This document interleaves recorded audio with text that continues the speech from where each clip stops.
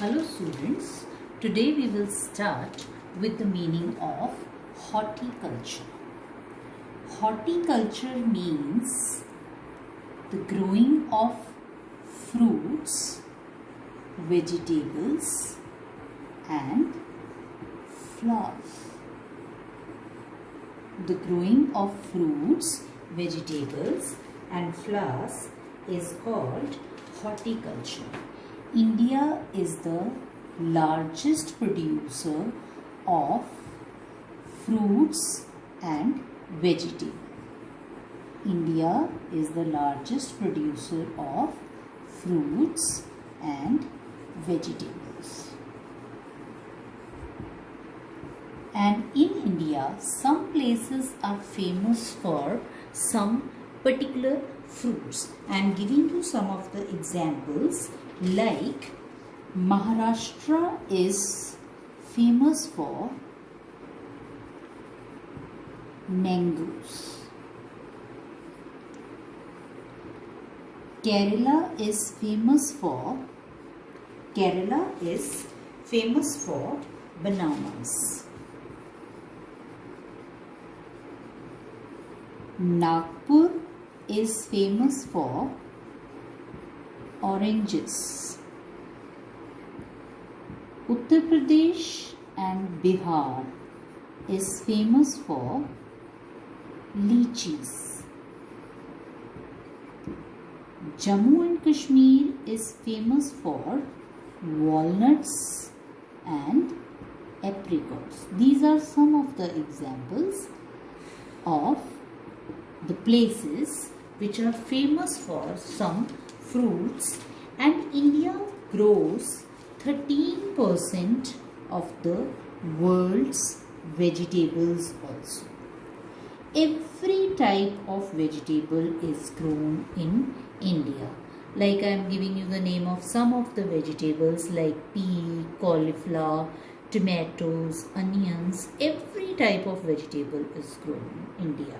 So by this we come to know that horticulture means fruits, vegetables and flowers cultivation. Yes students, our agriculture is not developed agriculture.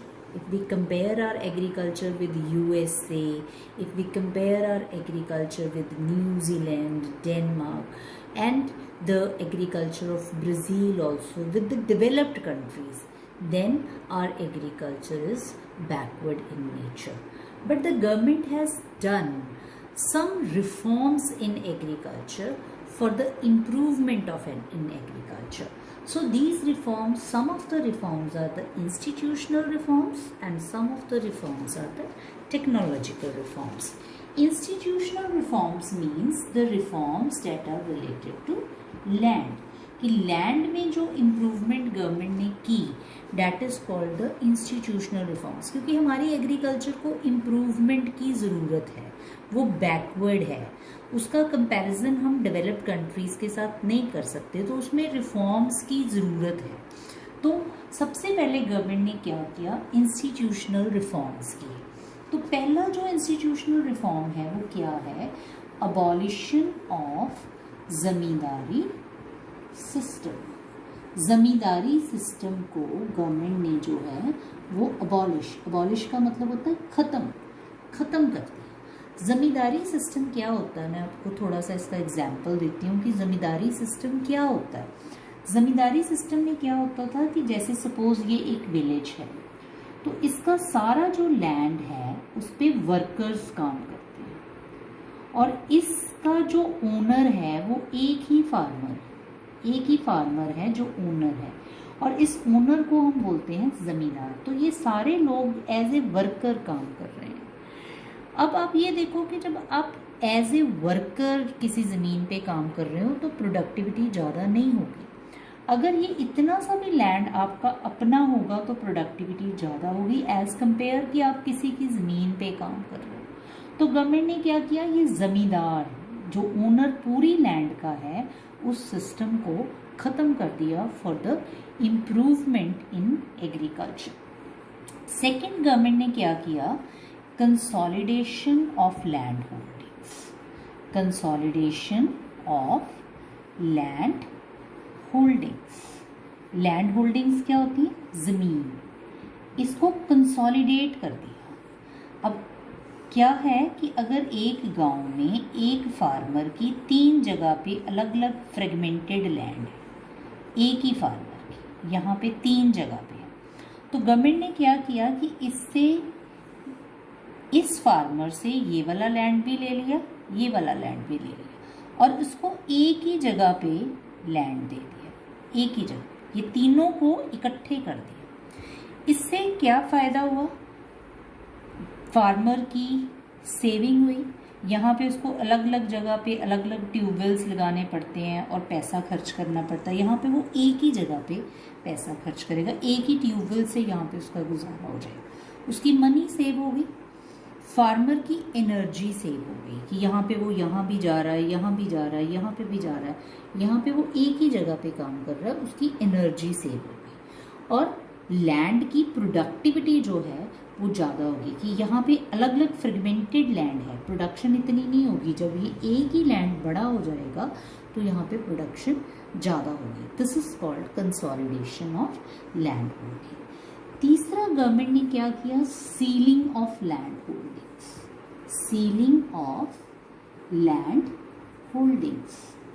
Ceiling का मतलब कि government ने एक limit fix कर दी, एक limit fix कर दी कि एक फार्मर के पास इस लिमिट से ज़्यादा ज़मीन नहीं होगी। Suppose I am giving you example कि जो गवर्नमेंट है उसने 100 एकड़ लिमिट फिक्स कर दी कि अब एक फार्मर के पास 100 एकड़ से ज़्यादा ज़मीन नहीं होगी। अगर सपोज उसके पास 102 एकड़ ज़मीन है तो गवर्नमेंट क्या करेगी? इससे 2 एकड़ ज़मीन जो है वो ले लेगी और किसको देगी? जो बिल्कुल लैंडलेस हैं, जो बिल्कुल लैंडलेस फार्मर। तो गवर्नमेंट ने एक लिमिट फिक्स कर दी कि एक फार्मर के पास इस लिमिट से ज़्यादा ज़मीन नहीं होगी और अगर होगी तो वो गवर्नमेंट ले लेगी और उसको देगी जो बिल्कुल लैंडलेस है, ताकि वो भी लैंड ओनर बन जाए और जिससे कि एग्रीकल्चर में प्रोडक्शन बढ़ सके। After institutional reforms we will talk about the technological reforms. That means the reforms that are related to technology. तो इसमें कौन से रिफॉर्म्स हैं? Use of machines. जब हम मशीन्स का यूज़ करेंगे तो एग्रीकल्चर जो है वो इजी हो जाएगा, ठीक है, और उससे उसकी प्रोडक्टिविटी जो है वो बढ़ जाएगी। तो ये टेक्निकल रिफॉर्म है। Number 2, what the reform is provision of crop insurance. Provision of crop insurance. अब जैसे कि शहरों में, अर्बन एरियाज में आपकी चीज़ों की इंश्योरेंस होती है, कार की इंश्योरेंस होती है, आपकी इंश्योरेंस होती है, ऐसे ही एग्रीकल्चर में क्रॉप की इंश्योरेंस होती है कि अगर बाई चांस किसी रीज़न की वजह से क्रॉप्स खराब हो जाए तो गवर्नमेंट उसका इंश्योरेंस देती है, ठीक है। Number 3 is personal accident scheme, insurance scheme, personal accident insurance scheme कि एग्रीकल्चर करते हुए कहीं पे भी आपका पर्सनली कोई एक्सीडेंट हो जाए तो गवर्नमेंट वहाँ पे भी आपको इंश्योरेंस देती है। Government is providing the Kisan credit cards also to the farmers. Number 5 is special programs on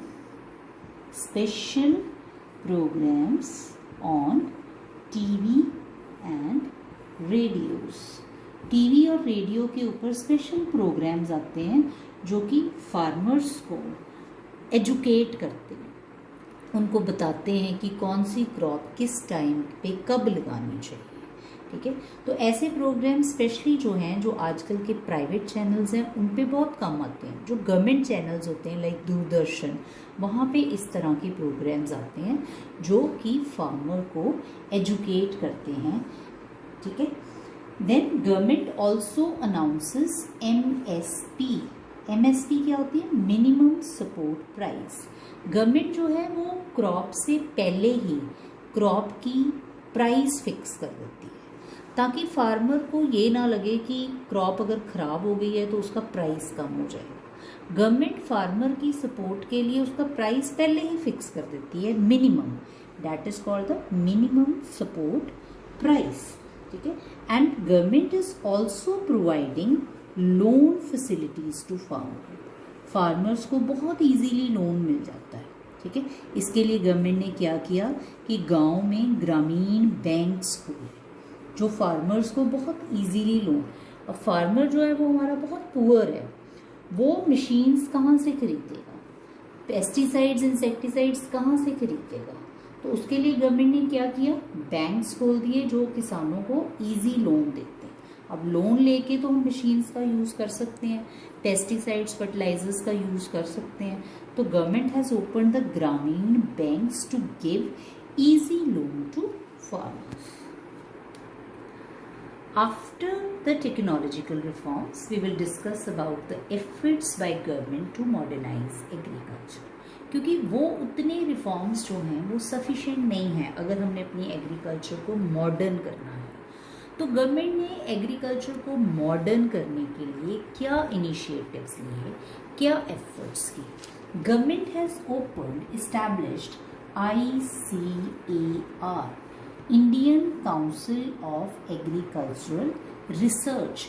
ये एक स्टडी है जो एग्रीकल्चर पे रिसर्च करती है। ठीक है।